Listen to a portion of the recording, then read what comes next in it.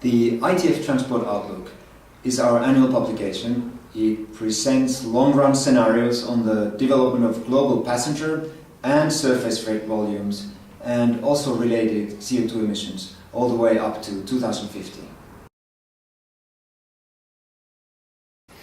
Based on our scenarios in the Transport Outlook, both freight and passenger volumes are expected to grow by a factor of 2 to 4 in the world as a whole. The growth will be much larger outside the OECD region than within it.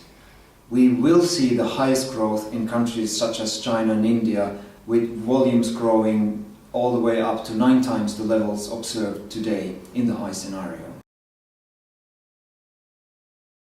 Well, obviously, the emissions will be growing.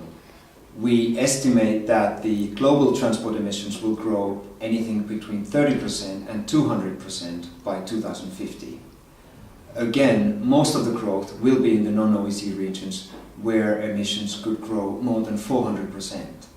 There's a range of outcomes in these results, and these are because future emissions will depend on future GDP growth, freight intensity of that growth, population growth, urbanization, and of course transport policies, especially in cities in emerging economies.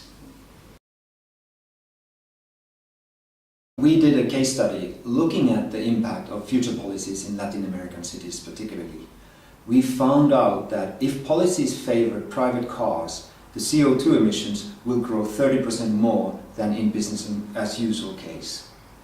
On the other hand, if policies favor public transport, the future CO2 emissions could be reduced by 30% compared with the baseline.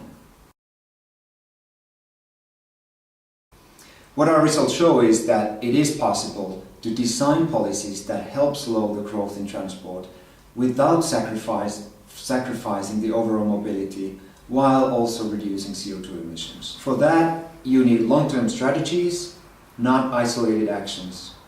But the important thing is that this is about policy choices and about right policy choices.